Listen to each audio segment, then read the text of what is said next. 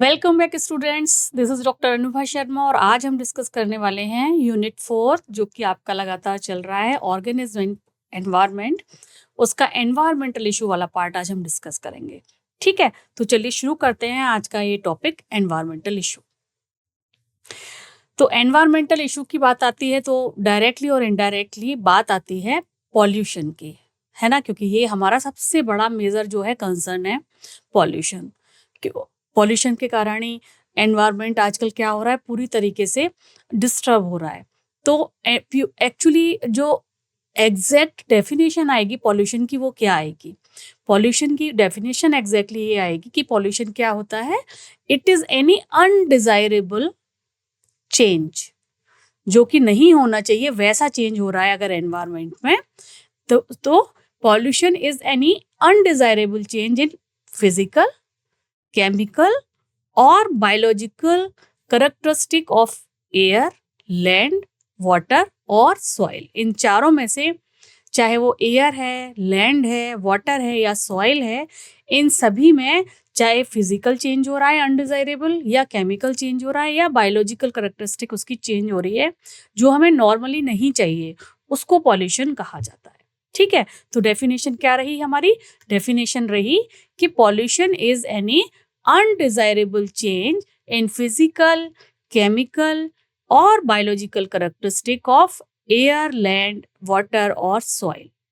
ठीक है, so the agents that bring about such a undesirable change are called, जो इस तरीके का अनडिजायरेबल चेंज करने के लिए रेस्पॉन्सिबल हैं उन्हीं को तो पॉल्यूटेंट्स कहा जाता है। वही तो एजेंट होते हैं, पॉल्यूटेंट एजेंट, जो कि नहीं होना चाहिए वो संतुलन को बिगाड़ने का काम कर रहे हैं, तो उन्हीं एजेंट्स को पॉल्यूटेंट्स कहा जाता है। ठीक है, so in order to control environmental pollution, government of India has passed the environment protection act in 1986। तो ये इस पर क्वेश्चन आता है कि गवर्नमेंट ऑफ इंडिया ने एनवायरमेंटल प्रोटेक्शन एक्ट किस ईयर में पास किया था?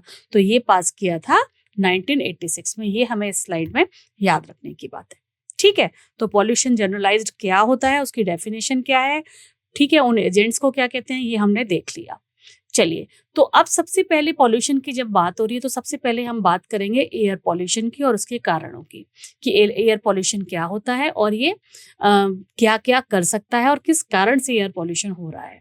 तो एयर पॉल्यूशन के कारण क्या हो सकता है? एयर पॉल्यूशन के कारण जितनी भी क्रॉप्स हैं उनकी ग्रोथ कम हो सकती है, रिड्यूस हो सकती है। उनका जो प्रोडक्शन है, वो जो भी चीज़ देते हैं हमें, चाहे फल, फ्रूट, अनाज, उनकी यील्ड कम हो सकती है और उनका जो है प्री मैच्योर डेथ भी हो सकती है प्लांट्स की। ठीक है, तो ये बात तो रही प्लांट के सिलसिले में, जैसा कि ये इस पिक्चर में आपको दिखाई दे रहा है। ठीक है, तो क्या रहा? Reduce growth, it can reduce growth because of air pollution and yield of the crop and cause pre mature death of the plant.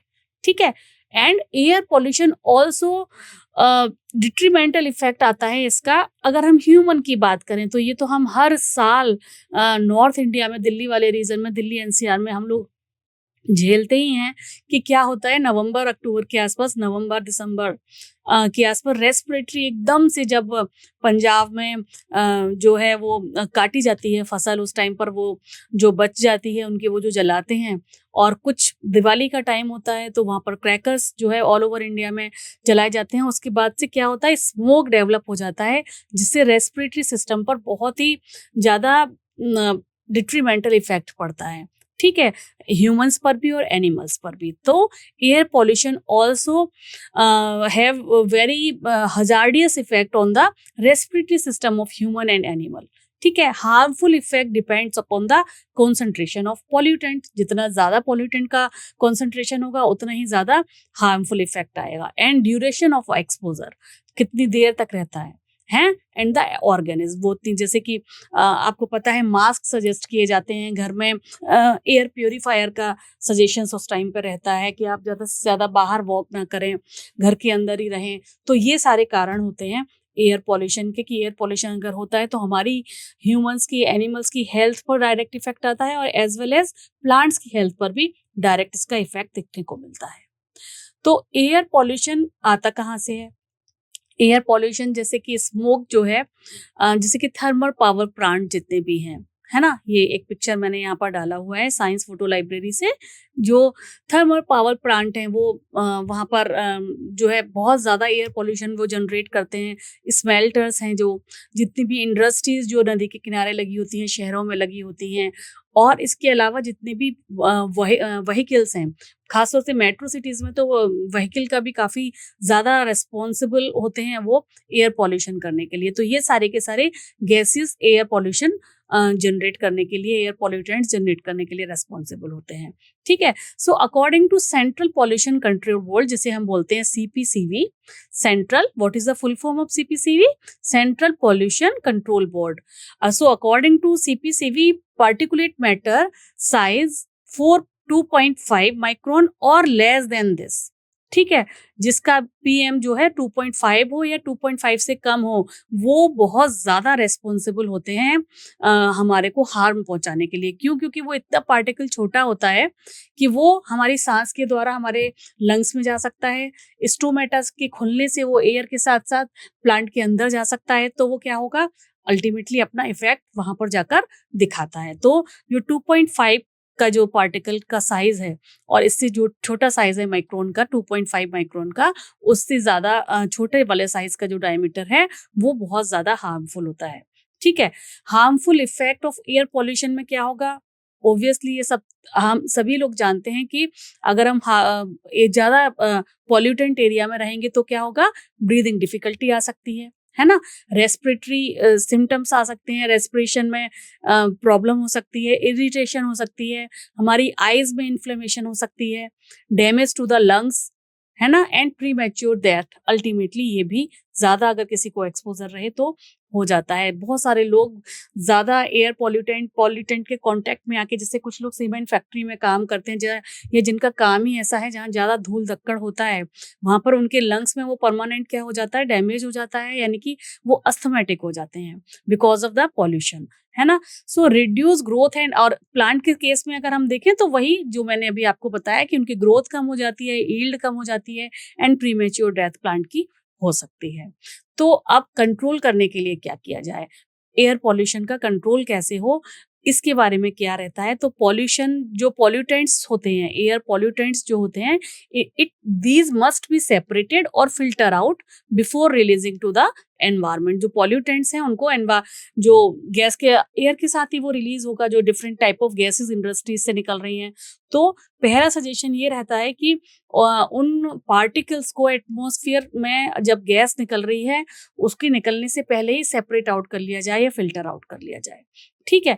पहला तो ये रहता है। दूसरा, proper maintenance of automobiles. Automobile जो होते हैं, जितनी भी गाड़ियां हैं, अगर वो प्रॉपर तरीके से मेंटेन्ड रहेंगी, along with the use of lead free petrol and diesel. Lead free जो पेट्रोल और डीजल उसका इस्तेमाल किया जाए, अदरवाइज ये साथ में सस्पेंडेड पार्टिकल तरफ जाएगा और वो हार्मफुल होता है बहुत ज्यादा। तो उनका प्रॉपर मेंटेनेंस देखा जाए, टाइम टाइम पर उनका पॉल्यूशन होता रहे। यूज ऑफ कैटालिटिक कन्वर्टर, ये बहुत ही इंपॉर्टेंट है, क्योंकि कैटालिटिक कन्वर्टर क्या होता है, हार्मफुल जो पार्टिकल्स होते हैं उनको अनहार्मफुल में कन्वर्ट करके, जो एरोमेटिक हाइड्रोकार्बन्स हैं, जो अनबर्न्ड हाइड्रोकार्बन्स हैं, उनको कार्बन डाइऑक्साइड में या जो नाइट्रोजन गैस में कन्वर्ट करके वो रिलीज करते हैं। ठीक है। And phasing out of old vehicle, यानी कि जो व्हीकल पुराने हो गए हैं, जैसे कि कहा जाता है कि भाई डीजल की जो गाड़ियां हैं उन्हें 10 साल में, पेट्रोल की गाड़ियां 15 साल में निकाल देनी चाहिए।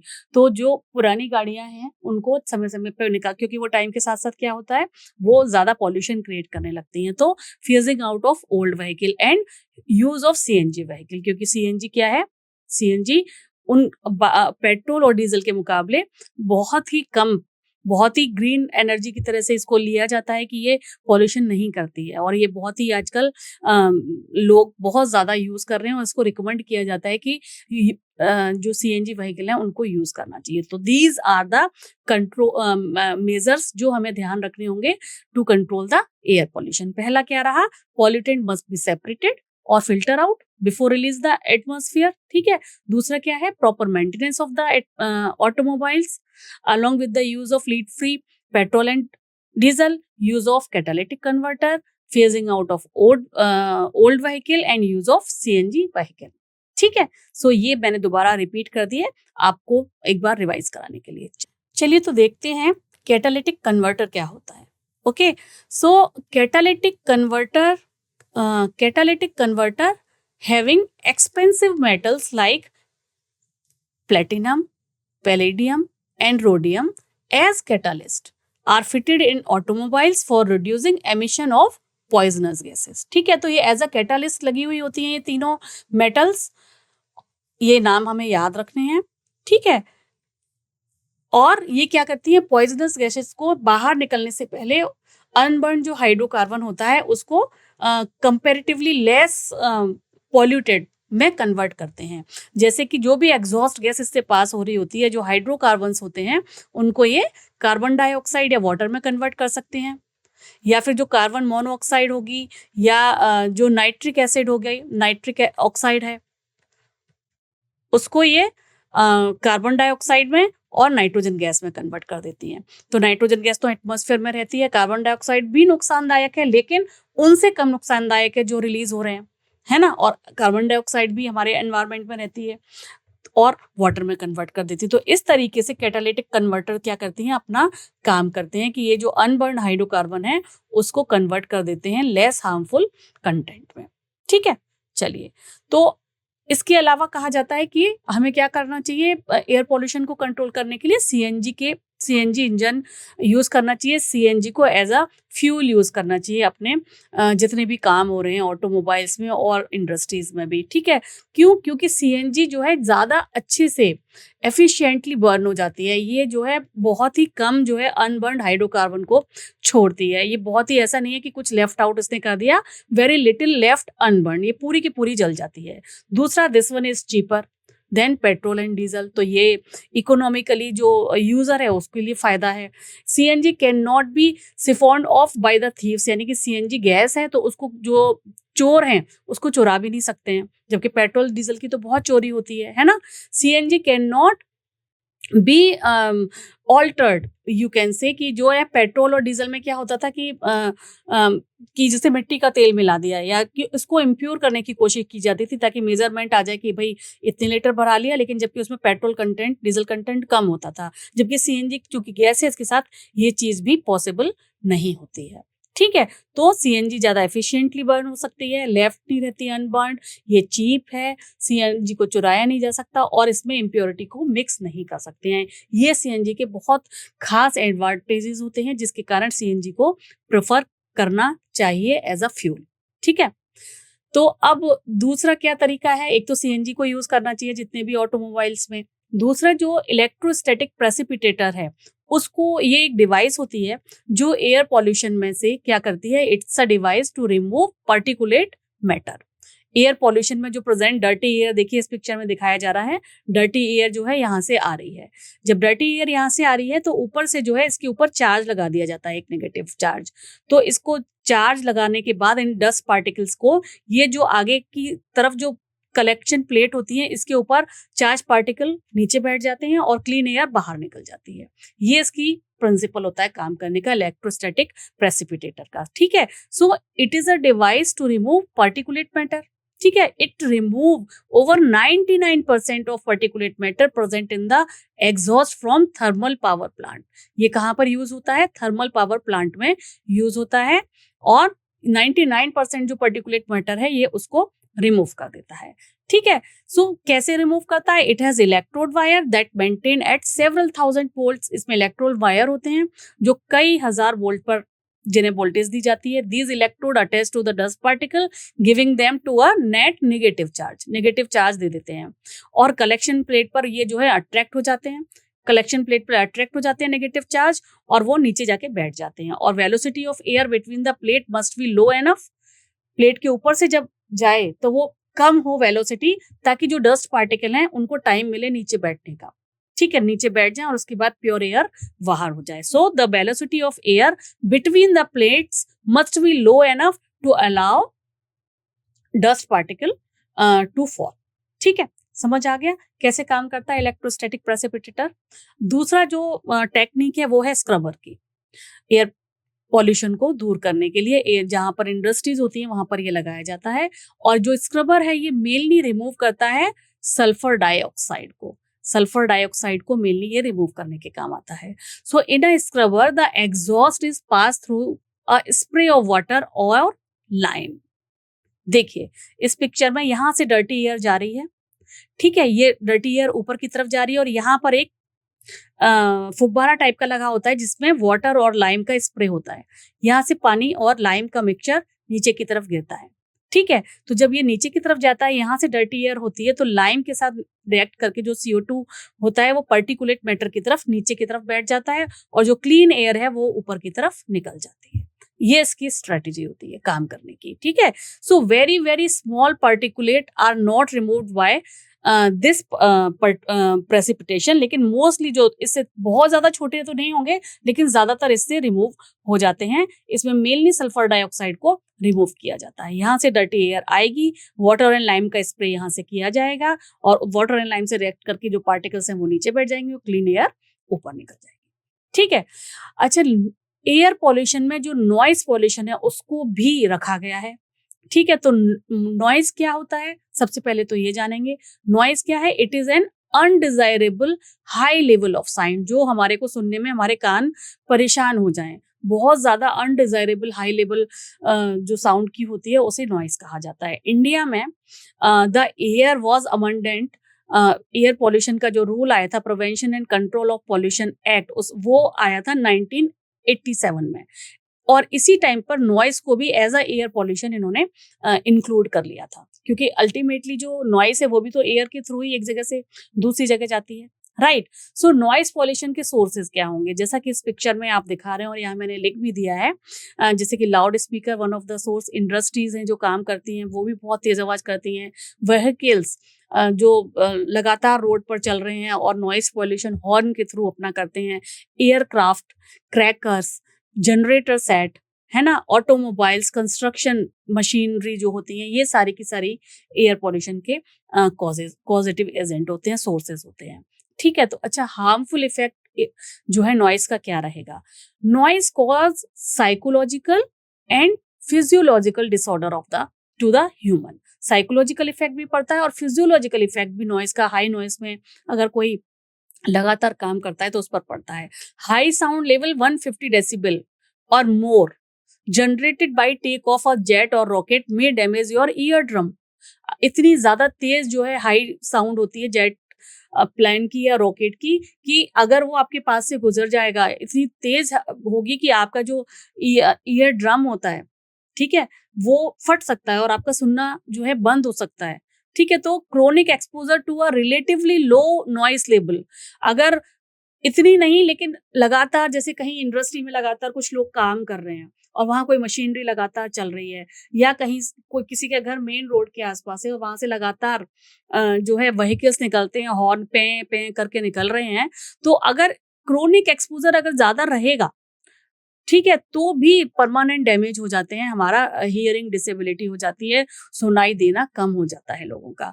सो नॉइस, इसके अलावा, सुनाई देने के अलावा ज्यादा तेज आवाज सुनने से क्या क्या हो सकता है? स्लीपलेसनेस हो सकती है, यानी कि आपकी जो नींद है वो खराब हो सकती है और लगातार आपको नींद ना आने की परेशानी हो सकती है। किसी किसी की हार्ट बीट जो है वो बढ़ जाती है, ब्रीदिंग पैटर्न भी लोगों का बढ़ सकता है इससे। तो अल्टीमेटली जो है ह्यूमन को वो स्ट्रेस वाली सिचुएशन में लेके आ जाता है। अगर हम लगातार हाई वॉइस में बात कर रहे हैं या हम लाउड म्यूजिक सुन रहे हैं, हम ज्यादा देर तक किसी ऐसी जगह पर हैं जहाँ पर लाउड आवाज लगातार आ रही है, जैसे कि मैंने आपको अभी एग्जांपल बहुत ही ज्यादा क्राउडेड रोड का दिया, बहुत ही ज्यादा मशीनरी का काम आपके या कंस्ट्रक्शन साइट पर आप लगातार काम कर रहे हैं या इस जगह पे रह रहे हैं, तो लगातार वो रहने से हमारे को इस तरीके की दिक्कतें हो सकती हैं। तो कंट्रोल करने के लिए क्या करना चाहिए? कंट्रोल ऑफ नॉइस पॉल्यूशन में use of sound absorbent material और बाय मफलिंग नॉइस, यानी कि जहां पर ज्यादा तेज आवाज का काम है वहां पर साउंड एब्जॉर्बेंट मटेरियल से वहां पर उस रूम की या उस एरिया की कोटिंग करनी चाहिए, ताकि वो जो एक्स्ट्रा साउंड है वो एब्जॉर्ब कर ली जा सके, ठीक है। Delimit of horn free zone, यानी कि जो हॉस्पिटल्स और स्कूल्स के अराउंड ये उस तरीके के ज़ोन बना दिए जाने चाहिए और बना दिए गए भी हैं, जहाँ पर हॉस्पिटल्स में लाइक पेशेंट्स हैं और लगातार वहाँ पर तेज़ आवाज़ में व्हीकल आएगी जाएगी या हॉर्न की आवाज़ें होंगी आने-जाने वालों की, तो क्या होगा, पेशेंट्स का पता नहीं ना किस तरीके का कौन-सा पेशेंट है, किस पेशेंट की तबीयत खराब हो सकती है, नहीं हो सकती, तो वहाँ पर हॉर्न नहीं बजाना है। इस तरीके के प्रावधान होना चाहिए स्कूल्स के भी आस-पास और हॉस्पिटल्स के भी आस-पास। और आजकल नए नॉर्म्स में इस तरीके की चीज़ों का ध्यान रखा जाता है। आप देखेंगे आपके जो स्कूल्स होते हैं वो मेन रोड से ना हट के अंदर की तरफ जो अ, सेक्टर की रोड होती है, जो सर्विस रोड होती है, उसके पास बनाए जाते हैं। ठीक है? परमिशन, तीसरा पॉइंट है permission sound level of cracker, मतलब साउंड का जो लेवल है क्रैकर का, उसकी भी permission permissible sound level cracker होने चाहिए, मतलब बहुत ही ज़्यादा तेज़ आवाज़ के नहीं होने चाहिए, और एंड लाउड स्पीकर का भी जो है परमिसिबल लिमिट में हो, ताकि लोगों को वो शोर ना लगे, ठीक है? और उनका भी एक टाइम जो है निर्धारित होना चाहिए कि लाइक इतने से इतने बजे तक ये चलेगा या इतने से इतने बजे तक ये लाउड स्पीकर के लिए परमिशन हम देंगे। Delimit the timing of using loud speaker, यही मैं आपको बता रही थी कि लाउड स्पीकर का जो कितनी देर बज सकने का परमिशन है, वो उसको परमिशन ये नहीं है कि लगातार 6 दिन तक किसी के यहाँ लाउड स्पीकर बज रहा है, अगर किसी के यहाँ कोई फंक्शन है या कोई पूजा पाठ है, ठीक है? या किसी भी तरीके का एक्टिविटी हो रही है, डांस पार्टी है एंड ऑल, तो ये जो नियम हैं 1, 2, 3, 4 इनको ध्यान में रखकर ही नॉइज़ पॉल्यूशन को कंट्रोल किया जा सकता है। Law and policies in India to control vehicular pollution. तो इसमें पॉलिसीज जो इंडिया ने बनाई हुई हैं, जो लॉज बनाए हुए हैं, उसमें सबसे पहले तो ये आता है कि सल्फर कंटेंट को कंट्रोल करने के लिए control of sulphur content at 350 part per million in diesel. Sulphur content जो है 350 पार्ट पर मिलियन ही होना चाहिए डीजल में, and 150 part per million ppm petrol में होना चाहिए।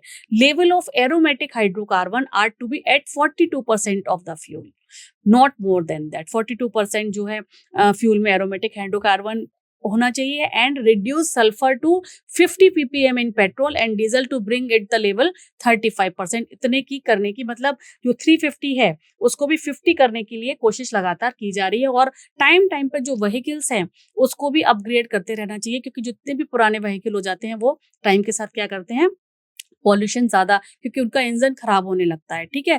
तो टाइम के साथ जो व्हीकल हैं वो भी अपग्रेड होते रहने चाहिए और नए, इसीलिए वो मैंने बताया, जैसे कि आपको इससे पहले हमारे एनसीईआरटी की बुक ने भी कहा है कि जो पॉल्यूशन वो पेट्रोल और डीजल वाली गाड़ियाँ हैं उनका एक टाइम लिमिट होती है, उसके बाद उनको डिस्कार्ड कर देना चाहिए, ठीक है? तो ऐसे ही जो कौन-कौन सी व्हीकल यूज़ करने चाहिए इस लॉज़ में, जैसे व्हीलर, 3 व्हीलर और 2 व्हीलर, इन सभी में नॉर्म्स में भारत एनसीईआरटी की बुक में भारत स्टेज 4 तक ही दिया हुआ है, जो लागू हुए थे ये रूल्स, और ये हुए थे अप्रैल 2017 में। पूरे कंट्री में लागू हुए हैं कि इन सभी, हालाँकि अब जो है भारत स्टेज जो बीएस जो है 6 लागू हो चुका है, लेकिन चूँकि हमारी एनसीईआरटी की बुक में यही वाला डेटा है, तो हमारे को यही डेटा याद करना है, ठीक है? लेटेस्ट वो जब उन्होंने बुक में दिया नहीं है तो वो पूछेंगे भी नहीं। किस मंथ में भारत स्टेज 4 लागू हुआ था, ये हमें याद होना चाहिए। और अब दिल्ली गवर्नमेंट में जो है आपको पता है एक टाइम में दिल्ली में इतना ज़्यादा पेट्रोल और डीज़ल का बसें जब चलती थी तो इतना पॉल्यूशन होता था कि इस शाम के टाइम पे पूरी एक लेयर दिखाई देती थी। जो भी लोग काम से अपनी जॉब से बाहर लौट रहे हैं, उनको आँखों में इरिटेशन, पारी आना, अस्थमैटिक लोग हो गए थे। तो उस टाइम पर जब ये मैंडेटरी किया गया था कि सीएनजी, सारे जो पेट्रोल डीज़ल वाले व्हीकल्स हैं, उनको हटाना है, एक पर्टिकुलर टाइम फ्रेम वालों को ही रखना है और सीएनजी में कन्वर्ट करना है, तो उससे दिल्ली की जो एयर क्वालिटी है वो काफ़ी सिग्निफिकेंटली इम्प्रूव हुई। तो उस टाइम पर जो है सब्सटेंशियल फॉल हुआ था in carbon dioxide and SO2 level. Carbon dioxide और जो सल्फर डाइऑक्साइड है वो दिल्ली में काफ़ी जो है उसका लेवल कम हुआ था, और ये बात में जो है आपकी बुक में ही लिखी हुई है, 1997 से लेकर 2005 के बीच की बात है। तो thanks to the effort made at that time, air quality काफ़ी इम्प्रूव हुई थी, और अब तो टाइम के साथ साथ हर बार गवर्नमेंट इन चीज़ों का बहुत ध्यान रखती है और इम्प्लीमेंट भी करती है। ठीक है? चलिए, तो ये बात थी अभी तक हमारी एयर पॉल्यूशन की। अब हम बात करते हैं वाटर पॉल्यूशन की। वाटर पॉल्यूशन में आपको पता है क्या होता है, जब भी हम अपने घरों में सफाई कर रहे होते हैं किसी भी चीज़ की, तो हम धुलाई कर देते हैं, कपड़े साफ होते हैं, कपड़ों को धोते हैं, ठीक है? हमें खुद साफ होना होता है, हम नहा लेते हैं, घर साफ करना होता है, हम सफाई के लिए पानी यूज़ करते हैं, गाड़ी साफ करनी होती है तो पानी यूज़ करते हैं, बर्तन साफ करने होते हैं तो पानी यूज़ करते हैं। यानी कि हम सब किसी भी चीज़ को साफ करने के लिए वाटर का यूज़ हो रहा है, राइट? लेकिन उन चीज़ों से वाटर तो गंदा हो रहा है और अल्टीमेटली वो वाटर में वो थ्रू ड्रेनेज सिस्टम हमारे मेन जो वाटर बॉडीज हैं, जैसे कि रिवर है, सी है, लेक है, उसी में जा रहा है। तो अब उसको कैसे साफ किया जाएगा? और क्योंकि अब वो पूरे शहर की गंदगी, सारी इंडस्ट्रीज की गंदगी निकल रही है पानी के साथ और वो पानी में जाके ही मिक्स हो रही है। तो वाटर पॉल्यूशन उन मेन वाटर बॉडीज का हो रहा है और वहां पे रहने वाले जितने भी एनिमल्स और प्लांट्स हैं, वो उसकी वजह से आज की डेट में इतनी दिक्कत में आ गए हैं कि वो उनका सरवाइव करना मुश्किल हो रहा है, उनको घुटन हो रही है। तो इस चीज पर भी ध्यान देने की जरूरत है। तो आज हम जो डिस्कस करेंगे वो वाटर पॉल्यूशन के बारे में करेंगे, ठीक है? तो human being has been abusing water bodies around the world by disposing into them all kind of waste. यही लाइन में अभी आपसे डिस्कस कर रही थी कि हम वाटर बॉडीज को अपने चीजें साफ करने के चक्कर में पूरी दुनिया भर में सब तरीके का जो वेस्ट होता है अल्टीमेटली उसे पानी में, ओशन में जाके डंप कर दिया जाता है, ठीक है? तो government of India has pass the water prevention and control of pollution act, water act in 1974, ठीक है? To safeguard our water resources. ये कब गवर्नमेंट ऑफ इंडिया ने लागू किया था, ये डेट पर भी क्वेश्चन आते हैं, तो ये भी हमें याद करनी है, prevention and control of water pollution, ठीक है? तो डोमेस्टिक वाटर सीवेज की अगर हम बात करें या इंडस्ट्रियल इफ्लुएंट की अगर हम बात करें, तो आपको ये जान के हैरानी होगी कि हमारी जो वाटर बॉडीज हैं, जो हमारे डोमेस्टिक यूज का जो पानी होता है, जिसे हम पी नहीं पाते हैं, ठीक है, उसमें केवल और केवल 0.1% गंदगी मिली हुई होती है। तब वो इस लायक हो जाता है कि हम उसे पी नहीं सकते, हम उसे अपने घर में किसी भी उस एक्टिविटी में यूज नहीं कर सकते, अपने यूज के लिए नहीं ले सकते हैं। तो 0.1% impurities make domestic sewage unfit for human use. उसमें इतनी ज्यादा, तो आप सोचिए 0.1%, जबकि बाकी जो है 99.9% उसमें वाटर ही है। क्योंकि इस 0.1% में क्या क्या रहता है? सस्पेंडेड सॉलिड पार्टिकल्स रहते हैं, सैंड रहता है, slit, clay, colloidal material, faecal metal, bacteria, cloth, paper fibre, dissolve material like nitrate, ammonia, phosphate, sodium, calcium, ये सारी की सारी इस 0.1% में रहती हैं और वो वाटर को इम्प्योर कर देती हैं, पीने लायक नहीं छोड़ती हैं, यूजेस लायक नहीं छोड़ती हैं, ठीक है? तो ये बहुत ही, क्योंकि अगर पानी, जल ही तो जीवन है, जल है तो जीवन है, अगर जल नहीं रहेगा तो जीवन रहेगा नहीं। तो हमारे को वाटर पॉल्यूशन पर ध्यान देने की जरूरत है। और जैसे कि आपने, जब हमने सीवेज ट्रीटमेंट प्लांट वाला जो चैप्टर पढ़ा था, उस टाइम हमने ये देखा था सीवेज ट्रीटमेंट प्लांट वाले में कि जो सॉलिड और रिलेटिवली स्मॉल सॉलिड पार्टिकल्स होते हैं वो तो आसानी से रिमूव किए जा सकते हैं, ठीक है? लेकिन सबसे ज्यादा रिमूव करना किसको डिफिकल्ट होता है? वो होते हैं जो डिजोल्व सॉल्ट होते हैं, जो पानी में डिजोल्व हो चुके हैं, उनको रिमूव, भाई सॉलिड को तो फिल्टर के थ्रू कर लेंगे, ठीक है, लेकिन जो डिजोल्व हो चुके हैं उनको कैसे रिमूव किया जाए? जैसे कि नाइट्रेट हो गया, फॉस्फेट हो गया और अदर न्यूट्रिएंट्स हो गए, इनको रिमूव कैसे किया जाए? जैसे कि टॉक्सिक हैवी मेटल्स हो गए, ऑर्गेनिक कंपाउंड्स हैं जो पानी में घुल चुके हैं, उनको रिमूव करने के लिए क्या किया जाए?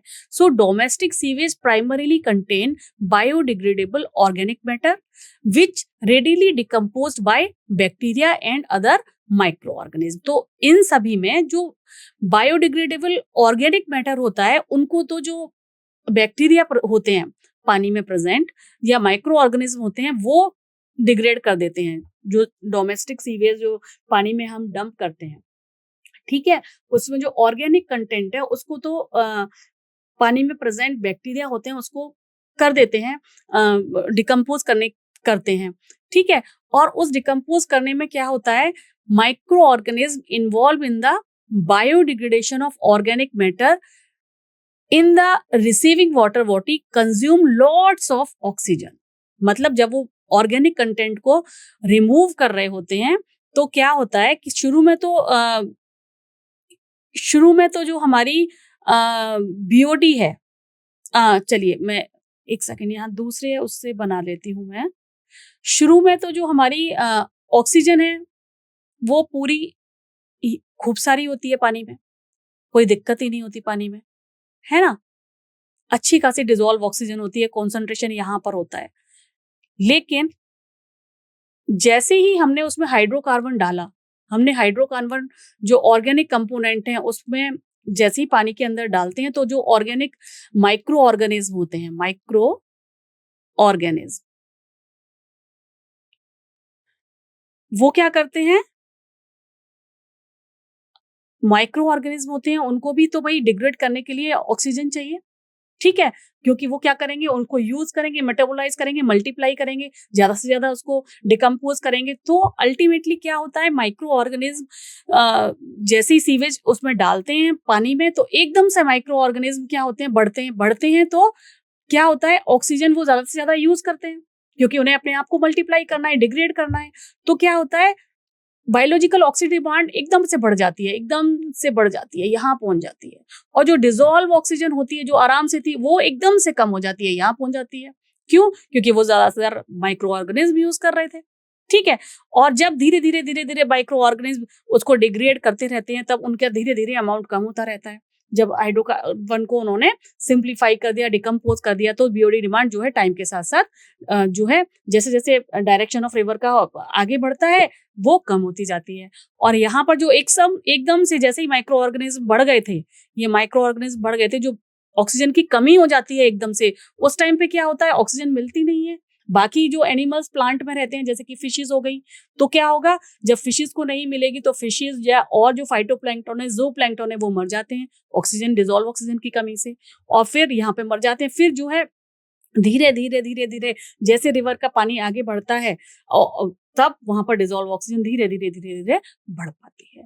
ये है हमारा बीओडी का जो ग्राफ है, उसके थ्रू मैं आपको ये बात समझाने की कोशिश कर रही हूँ कि जैसे ही सीवेज डिस्चार्ज होता है, सीवेज जो सीवेज का वाटर होता है, वेस्ट वाटर होता है, डिस्चार्ज होता है वाटर बॉडीज में, उसी टाइम पर जो माइक्रो ऑर्गेनिज्म इन्वॉल्व होते हैं बायोडिग्रेडेशन में, उस ऑर्गेनिक कंपोनेंट को वो क्या करते हैं, तुरंत जो है उनकी डिमांड बढ़ जाती है, उन्हें ऑक्सीजन चाहिए होती है क्योंकि उन्हें इस जो ऑर्गेनिक वेस्ट आया है उसको यूटिलाइज करना है। वो एज अ डिकम्पोजर काम कर रहे हैं ना, तो उसको यूटिलाइज करना है, उसको डिकम्पोज करना है। तो वो डिकम्पोज करने के लिए वो मल्टीप्लाई करेंगे तो उनको ज्यादा से ज्यादा ऑक्सीजन चाहिए अपने आप को मल्टीप्लाई करने के लिए। तो क्या होगा, जैसे ही माइक्रो ऑर्गेनिज्म बढ़ेंगे, एकदम से जो बहुत सारी ऑक्सीजन, डिसॉल्व ऑक्सीजन थी, वो कम हो जाती है क्योंकि सारे के सारे यही यूटिलाइज कर रहे होते हैं, ठीक है। और इस स्टेज पर आके जो वहां के अपने एनिमल्स हैं उस एरिया के, जैसे कि फिशेज हैं, जू प्लैंक्टन है,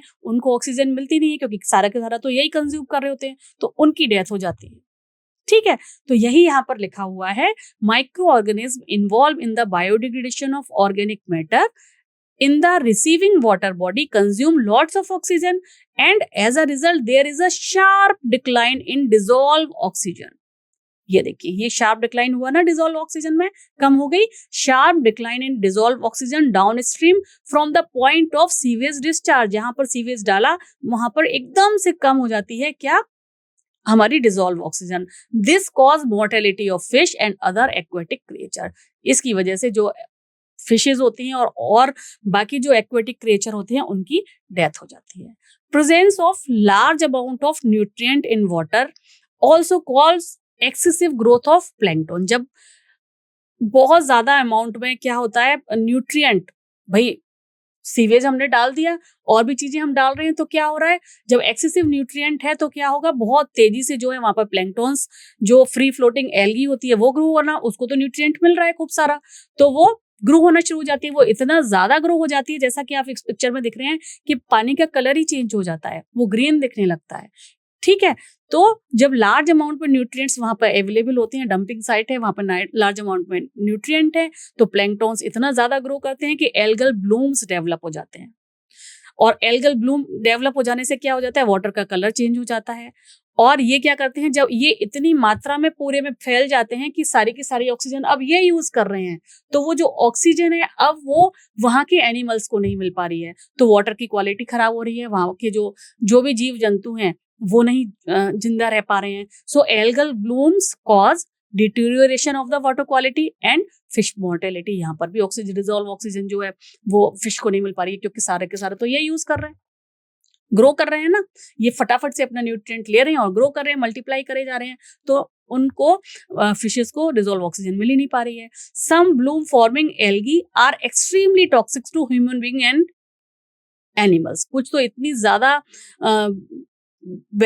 जो है डेवलप हो जाती है कि वो ह्यूमन बीइंग और एनिमल्स के लिए टॉक्सिक भी होती हैं। अगर एनिमल्स वहां से पानी पीने जा रहे हैं तो टॉक्सिसिटी डेवलप कर देती हैं। ऐसे ही आपने एक और फ्लावर का नाम सुना होगा, कई तालाब आपने देखे होंगे जहां इस तरीके के जो है पूरे के पूरे पर्पल फ्लावर वाला, मॉव कलर वाले फ्लावर्स वाले कुछ वाटर फ्लोटिंग प्लांट्स दिखाई देते हैं। ठीक है, और इनको क्या बोला जाता है? इनको बोला जाता है वाटर हाइसिंथ। ठीक है, इनका नाम होता है वाटर हाइसिंथ। तो आपने ये ब्यूटीफुल मॉव कलर के फ्लावर्स देखे होंगे जो कि देखने में बहुत अच्छे लगते हैं और फ्लोट करते रहते हैं। मगर इन ब्यूटीफुल मॉव फ्लावर वाली जो बेल हैं, ये फ्री फ्लोटिंग प्लांट्स हैं, इन्होंने क्या किया, इनको यूएसए से इंडिया में इंट्रोड्यूस किया गया। और इनके आने से ये भी एक तरीके के क्या थे, एलियन स्पीशीज थी, क्योंकि ये यहाँ की लोकल तो थी नहीं, इंडिया की तो थी नहीं। जब ये यहाँ पर आई तो इन्होंने इतनी बुरी तरीके से अपना नेटवर्क बिछाया, इतनी बुरी तरीके से अपना इतना तेजी से ये डेवलप हुई कि इस सारी की सारी ऑक्सीजन अब ये कंज्यूम कर रही थी। जब यही सारी की सारी ऑक्सीजन कंज्यूम कर रही हैं और वाटर सनलाइट अंदर जा नहीं रही है, तो अंदर प्रेजेंट उस तालाब में अंदर प्रेजेंट फाइटोप्लैंक्टन्स को सनलाइट नहीं मिल पा रही है, ऑक्सीजन नहीं मिल पा रही है। वहां के जू प्लैंक्टन्स को और जो वहां के एनिमल्स हैं लाइक फिशेज, उनको डिजोल्व ऑक्सीजन नहीं मिल पा रही है। तो क्या हो रहा है, वहां पर बस यही है, बाकी वहां का जो अपना इकोसिस्टम था उस पॉन्ड का, वो सारा का सारा डिस्ट्रॉय हो जाता है। तो these plant which were introduce into the India by their lovely flower has caused havoc by their excessive growth and by causing block in our waterway। और वो पानी बिल्कुल बेकार हो जाता है और वहां का पूरा सिस्टम बिगड़ जाता है। ये क्या है, मैंने एक छोटी सी पिक्चर यहाँ पर आपको डाल के दिखाई है। ये वाटर हाइसिंथ है जो बहुत तेजी से ग्रो करता है, grow very fast than our ability to remove them. These are plant of water hyacinth, Eichhornia बोलते हैं इनको। World most problematic aquatic weed भी इनको कहा जाता है, और इनको हमारे देश में टाइगर ऑफ बंगाल कहा जाता है, क्योंकि वहां पर तो बहुत सारे वाटर सोर्सेज हैं और ये बहुत तेजी से वहां पर ग्रो होती हैं। और बाकी सारा वहां का जो क्रिएचर है, जो फिशेज हैं, अदर जो एक्वेटिक एनिमल्स हैं, जो जू प्लैंक्टन है, फाइटोप्लैंक्टन्स हैं, उन सबको ये नष्ट कर देती है। सो ठीक है, so they grow abundantly in eutrophic water bodies and lead an imbalance in the ecosystem dynamics in the water bodies. So water pollution में जो हमारे घर का सीवेज है from our home, hospital waste जो है, हॉस्पिटल कंटेन पैथोजेंस है ना, जैसे डिसेंट्री के, टाइफॉइड के, जॉइंटिस, कोलेरा, ये सब फीकल मेटल में भी निकलता है। हॉस्पिटल का जो भी डिस्चार्ज है उनसे भी निकलता है। ये सब भी वाटर को क्या करते हैं, पॉल्यूटेंट करने का काम करते हैं। इंडस्ट्रियल वेस्ट को भी क्या होते हैं, इंडस्ट्रीज ज्यादातर कहाँ लगाई जाती हैं, नदी के किनारे लगाई जाती हैं। क्यों लगाई जाती है नदी के किनारे? ताकि उनका जो इंडस्ट्री का जो वेस्ट है वो तुरंत की तुरंत क्या करें, पानी में डिस्चार्ज कर दें। क्योंकि पानी में तो कोई अपना भाई आसपास डिस्चार्ज करेंगे तो लोग आसपास के क्या कर सकते हैं, क्या क्रिएट कर सकते हैं, ऑब्जेक्शन क्रिएट कर सकते हैं। लेकिन इंडस्ट्री वेस्ट अगर वाटर में हो रहा है तो वहां का तो कोई पूछने वाला है नहीं, वहां का अपना सिस्टम खराब हो रहा है, वहां तो बस सिर्फ गवर्नमेंट को ही देखना है। तो इंडस्ट्री वेस्ट भी, जैसे कि पेट्रोलियम वेस्ट, पेट्रोलियम इंडस्ट्री है, पेपर मैन्युफैक्चरिंग इंडस्ट्री है, ये सभी, इनमें भी बहुत सारे टॉक्सिक जो केमिकल्स हैं वो पानी के साथ रिलीज होते हैं। बहुत सारे हैवी मेटल्स हैं वो रिलीज होते हैं, जिनकी जो डेंसिटी है वो मोर देन 5 ग्राम पर सेंटीमीटर क्यूब होती है। जैसे कि मरकरी हो गया, कैडमियम है, कॉपर है, लेड है, ये सारे के सारे भी पानी में डंप होते हैं। और उससे क्या होता है, वाटर की टॉक्सिसिटी बढ़ती है, वाटर का पॉल्यूशन लेवल बढ़ता है। ठीक है, तो ये अदर सोर्सेज हैं जो वाटर को पॉल्यूटेंट बनाते हैं, पॉल्यूशन क्रिएट करते हैं। बायोमैग्निफिकेशन की बात करते हैं। बायोमैग्निफिकेशन क्या होता है? वाटर के थ्रू ही क्या होता है, बायोमैग्निफिकेशन। बायो यानी कि लिविंग सिस्टम की बात हो रही है, मैग्निफिकेशन यानी कि कोई चीज मैग्नीफाइड हो रही है, बड़ी हो रही है। ठीक है, सो बायोमैग्निफिकेशन क्या है? It is the accumulation of the toxicant at successive trophic level, यानी कि कोई टॉक्सिकेंट है, जैसे कि अभी हमने डिस्कस किया कि जितनी भी इंडस्ट्रीज हैं, जितने भी हाउस होल्ड चीजें हैं, वो अल्टीमेटली वाटर में डंप हो रही हैं। हम शुरू से वाटर पॉल्यूशन में यही बात कर रहे हैं। जब वो वाटर में ही डंप हो रही हैं, तो वो वाटर में अगर कोई चीज लगातार जा रही है, तो अगर उस वाटर में प्रेजेंट रहने वाला, उस पर डिपेंडेंट रहने वाला कोई ना कोई जीव जंतु होगा, जू प्लैंक्टन है, फाइटो प्लैंक्टन है, जब वो वाटर में जा रहा है तो उसको वो जू प्लैंक्टन खाएगा। ठीक है, उस जू प्लैंक्टन को खाने वाली फिशेस वो फिशेस खाएंगी, फिश को खाने वाला अदर एनिमल खाएगा, फिश अगर मर गई तो उसको बर्ड खाएगा। तो इस तरीके से जब वो पॉल्यूटेंट एक्यूमुलेट होता जाता है one level to another level, तो उसको कहा जाता है बायोमैग्निफिकेशन। ठीक है, सो बायोमैग्निफिकेशन क्या है, फिर से रिपीट करते हैं, it is the accumulation of the toxicant at successive trophic level. This happen because a toxic substance accumulated by an organism cannot be metabolized। ये क्यों हो पा रहा है, क्योंकि वो जो टॉक्सिकेंट है उसको मेटाबोलाइज नहीं कर पा रहा है, वो ऑर्गेनिज्म जो उसको यूज कर रहा है उसको मेटाबोलाइज नहीं कर पा रहा है। ठीक है, और एक्सक्रीटेड मतलब वो उसकी बॉडी में डिपॉजिट हो जाता है, ना तो वो उसको निकाल पाता है, ना ही उसको मेटाबोलाइज कर पाता है, and is thus pass on to the next higher trophic level. जैसे कि मरकरी एक वन ऑफ द एग्जाम्पल है, और दूसरा एग्जाम्पल डीडीटी है। ये दोनों एग्जाम्पल हैं, और ये दोनों एग्जाम्पल आपसे पूछे जाते हैं एग्जाम में। ठीक है, क्यों हो पा रहा है ये आपको याद रखना है। ये इसलिए हो पा रहा है कि वो जो टॉक्सिक मटेरियल उन्होंने ले लिया गलती से, वो ना तो वो मेटाबोलाइज कर पा रहे हैं, ना ही वो एक्सक्रीट कर पा रहे हैं। तो जो उस चीज पर डिपेंडेंट है, उसको खाता है, कंज्यूमर है उस चीज का, प्राइमरी कंज्यूमर है, वो फिर उसकी बॉडी में चली जाती है, फिर उसका जो कंज्यूमर होता है यानी कि सेकेंडरी कंज्यूमर, वो फिर उसकी बॉडी में चली जाती है। तो इस तरीके से वो चीज एक्यूमुलेट होती चली जाती है।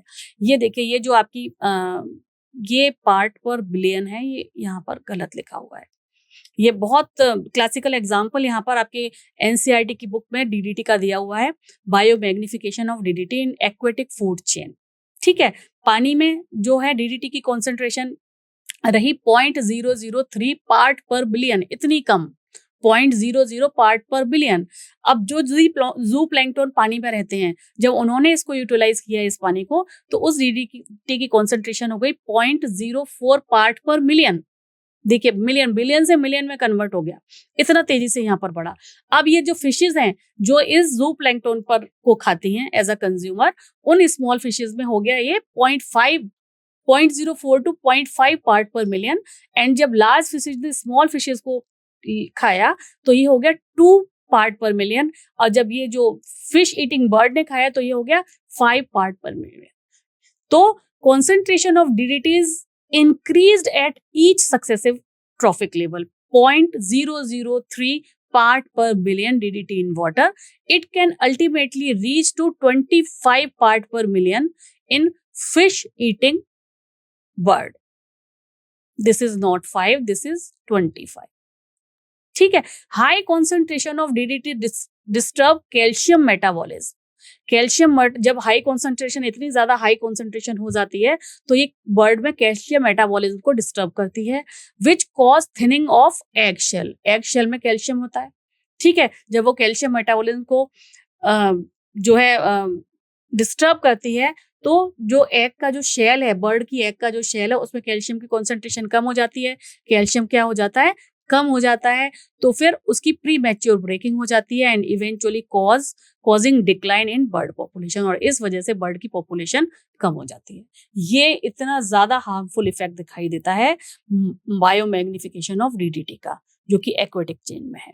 ठीक है, चलिए अब अगला टॉपिक है इसी से रिलेटेड, वाटर पॉल्यूशन से रिलेटेड, वो है यूट्रोफिकेशन।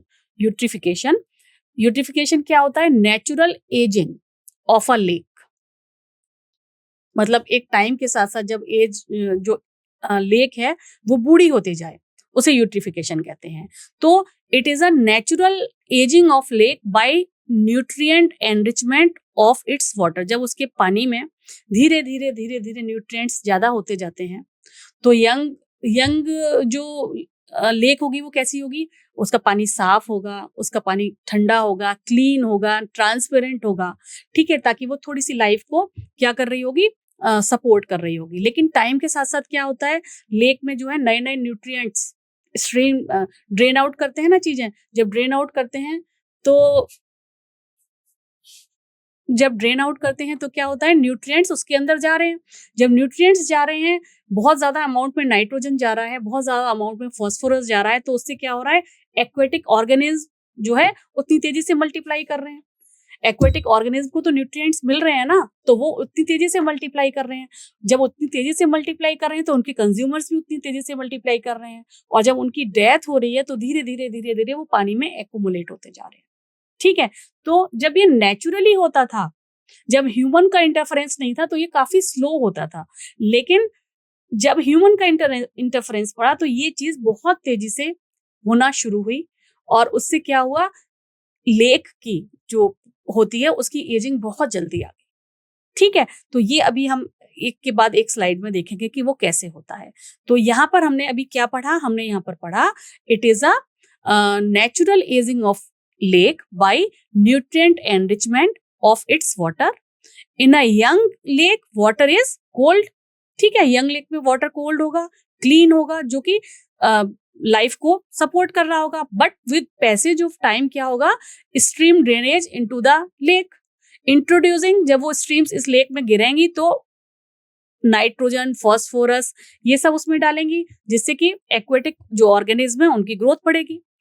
और जब ग्रोथ बढ़ेगी तो लेक में क्या होगा, फर्टिलिटी इंक्रीज होगी, ऑर्गेनिक रिमेन्स, क्योंकि प्लांट वगैरह जो यहाँ पर हैं लेक में, और जो एनिमल्स हैं वो यहाँ पर क्या होंगे, धीरे धीरे मरेंगे भी। जब मरेंगे तो वही नीचे डिपॉजिट होते जाएंगे, जैसे कि जितने भी वहां के शेल होंगे उनके ऊपर के, वो नीचे दबते जाएंगे, फिशेस मरेंगी, और जो प्लांट्स होंगे, जू प्लैंक्टन है, वो धीरे धीरे धीरे धीरे वहां पर डिपॉजिट होते, तो ये जो डिपॉजिट होते जाएंगे धीरे धीरे सेडिमेंट्स की फॉर्म में, जो यहाँ पर आपको दिखाई दे रहा है, ये जो सेडिमेंट इतना था पहले फिशेस के पास, अब वो क्या होगा, टाइम के साथ साथ वो जो है नेचुरल यूट्रिफिकेशन के साथ वो सेडिमेंट्स का जो है अमाउंट बढ़ता जाएगा, यानी कि इसका सॉलिडिफिकेशन हो जाएगा, सेडिमेंट्स बढ़ जाएंगे और पानी का लेवल कम हो जाएगा। जो पानी कभी इतना था उसका पानी का लेवल सिर्फ इतना हो जाएगा।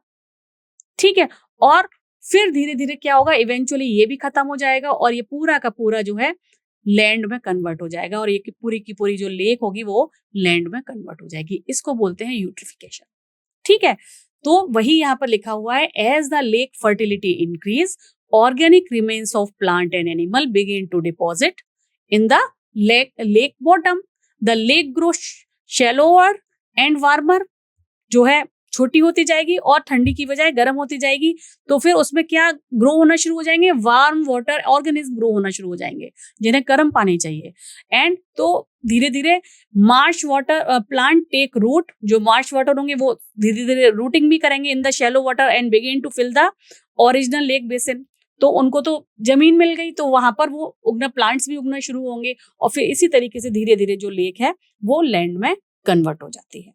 ठीक है, so depending on climate, size of the lake and other factor, the natural aging of lake may span thousands of years। बहुत सारे साल में होती थी जब ये नेचुरली होती थी, लेकिन वही जो मैंने आपको बताया, because of man's activity, humans activity, pollutants बढ़ रहे हैं, जैसे कि इफ्लुएंट हो गए इंडस्ट्रीज के, ये सारे के सारे जो क्या अल्टीमेटली वहीं डाले जाते हैं, वाटर सोर्स में ही डाले जाते हैं, तो जो एजिंग प्रोसेस है किसी भी लेक का वो बढ़ गया है। ये जो ह्यूमन का इन्वॉल्वमेंट हुआ एजिंग करने के लिए, उसको कहा जाता है कल्चरल और एक्सीलरेटेड यूट्रिफिकेशन। जो नेचुरल है उसे यूट्रिफिकेशन कहा जाएगा, लेकिन बिकॉज ऑफ ह्यूमन एक्टिविटी, जब पॉल्यूटेंट्स उसमें डंप किए जाएंगे, फ्लुएंट्स उसमें डाले जाएंगे, इंडस्ट्रियल वेस्ट डाला जाएगा, होम का जो वेस्ट प्रोडक्ट है वो उसमें डाला जाएगा, तो वो क्या करेगा, एजिंग के प्रोसेस को काफी तेजी से एक्सेलरेट कर देता है, और इसी को कल्चरल या एक्सेलरेटेड यूट्रिफिकेशन कहा जाता है। ठीक है, तो प्राइम कंटामिनेशन क्या थे, प्राइम कंटामिनेंट यूट्रिफिकेशन के थे नाइट्रेट जो स्ट्रीम से आ रहे थे, एंड फॉस्फेट्स। ठीक है, which acts as a plant nutrients. They over stimulate the growth of, जब ये दोनों नाइट्रेट और फॉस्फोरस जो है एनपीके डालते हैं ना, एनपीके डालते हैं एज अ फर्टिलाइजर, प्लांट्स की ग्रोथ को बढ़ाने के लिए नाइट्रोजन, फॉस्फोरस एंड पोटेशियम ये डालते हैं। तो नाइट्रेट से नाइट्रोजन ले रहे हैं, फॉस्फोरस से यहाँ ले रहे हैं, पोटेशियम नहीं ले रहे हैं, मगर ये दो तो ले ही रहे हैं, ये तो प्लांट न्यूट्रिएंट तो हो ही गए, है ना। तो जब ये दोनों यहाँ पर हैं तो क्या होगा, प्लांट यानी कि एल्गी की ग्रोथ बढ़ जाएगी, है ना। जब एल्गी की ग्रोथ बढ़ जाएगी, जब वो इतना ग्रो करने लगेगी तो वहां पर unpleasant odour, robbing of water, dissolve oxygen कम हो जाएगी क्योंकि सारा का सारा एल्गी यूज कर रही होगी। नीचे ना वो एयर जाने देगी, जैसा मैंने आपको बताया, ना सनलाइट जाने देगी, ना डिजोल्व ऑक्सीजन देगी बाकी एक्वेटिक एनिमल्स को, तो वहां की एक्वेटिक लाइफ वैसे ही खत्म हो जाएगी। So ultimately death of the lake. तो उस तरीके से भी क्यों हो पा रहा है, क्यों एक्सीलरेट कर रहा है यूट्रिफिकेशन ह्यूमन एक्टिविटीज से, इसलिए भी कर रहा है क्योंकि वो खुद भी डाल रहा है कचरा, ठीक है, और उससे उनको और तरीके के कंटेंट, ऑर्गेनिक कंटेंट्स मिल रहे हैं, ठीक है, और तेजी से हो रहा है। और बाकी अगर नॉर्मली भी कहा जाए, प्राइम जो कंटामिनेशन नाइट्रेट और फॉस्फेट्स का मैंने बताया, जब वो जा रहे हैं वो प्लांट के लिए एज अ न्यूट्रिएंट काम कर रहे हैं। जब न्यूट्रिएंट काम कर रहे हैं तो वहां प्लांट ग्रो कर रहा है। प्लांट पानी में कौन आसानी से ग्रो कर पाएगा, एल्गी ग्रो कर पाएगी।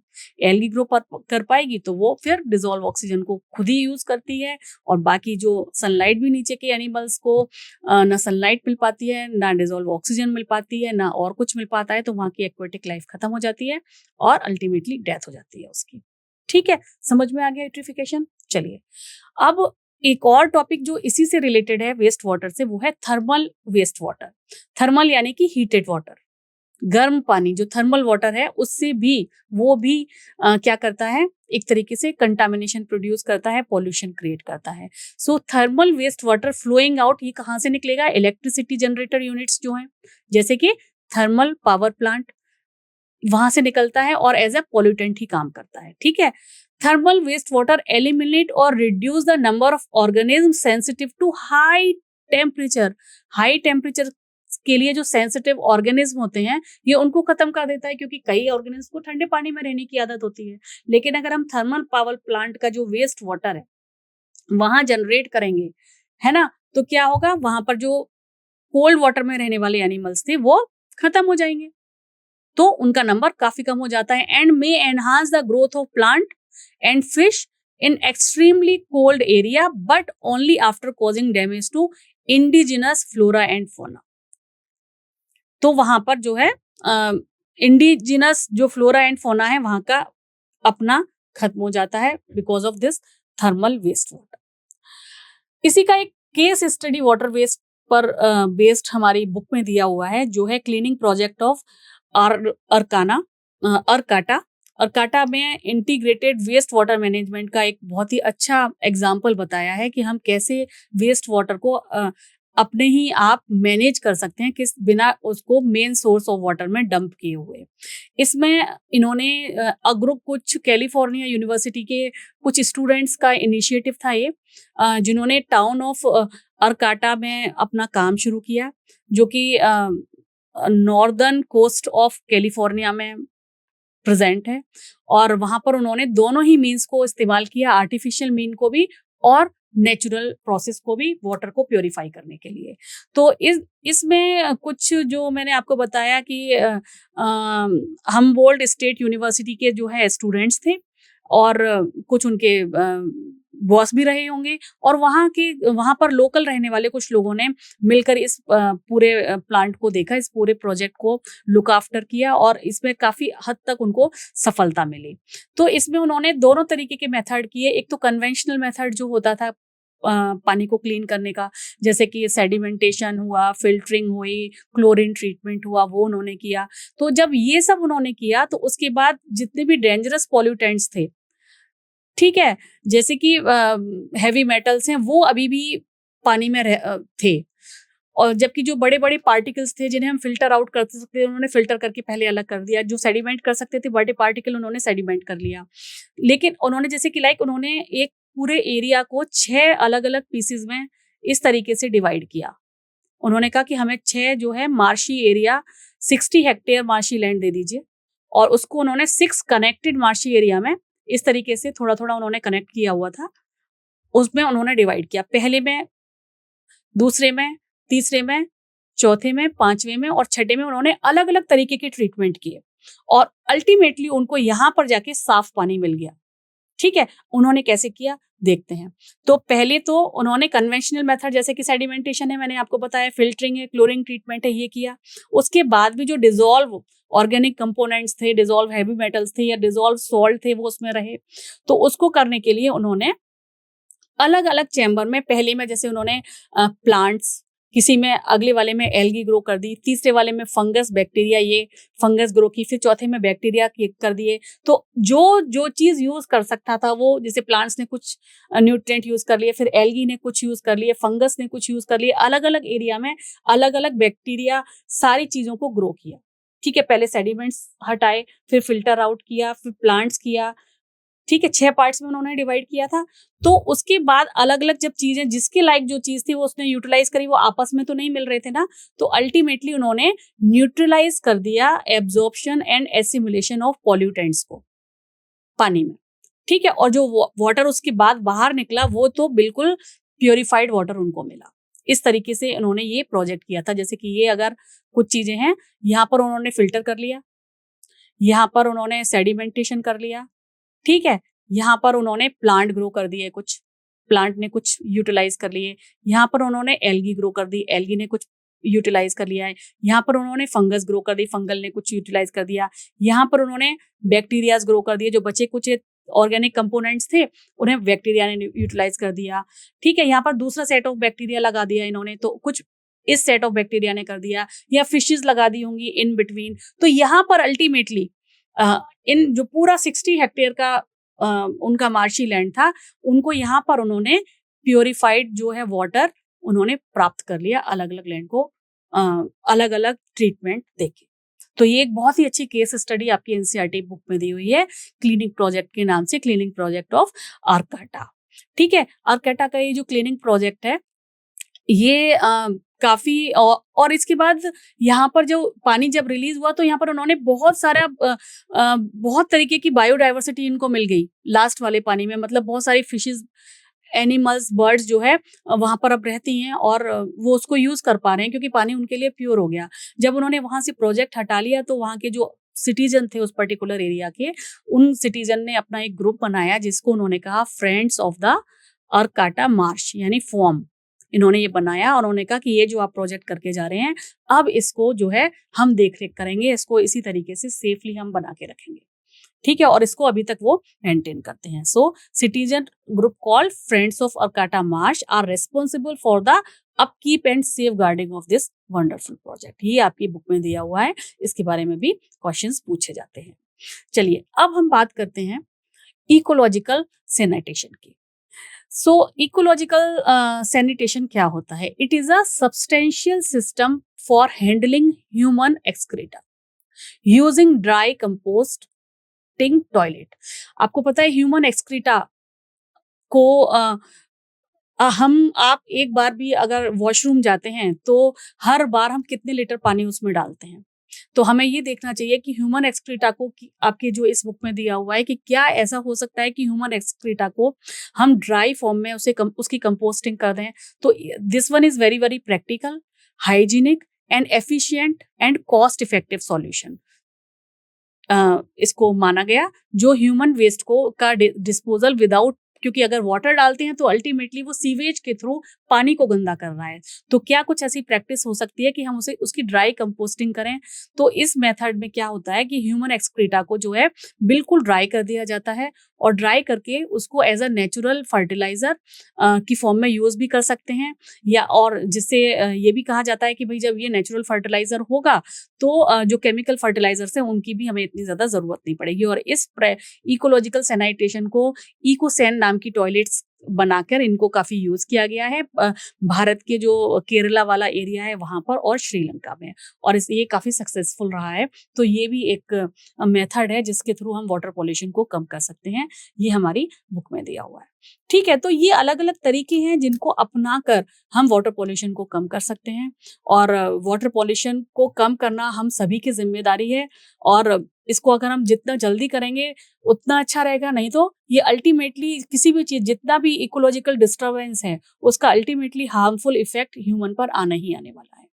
तो ये था आज का पार्ट 1 आपकी एनवायरमेंटल इशू चैप्टर से रिलेटेड। आई होप आपको ज्यादातर कंसेप्ट्स क्लियर हो गए होंगे। इसके बाद आप एक बार एनसीईआरटी की बुक जरूर पढ़ेंगे। ठीक है, उसके बाद आपको 100% जो इस चैप्टर से रिलेटेड क्वेश्चंस आते हैं वो आप कर पाएंगे। अब बाकी पार्ट 2 के साथ मैं अगले लेक्चर में आपके साथ फिर मिलती हूँ। तब तक के लिए खूब पढ़िए, खूब खुश रहिए। Thank you.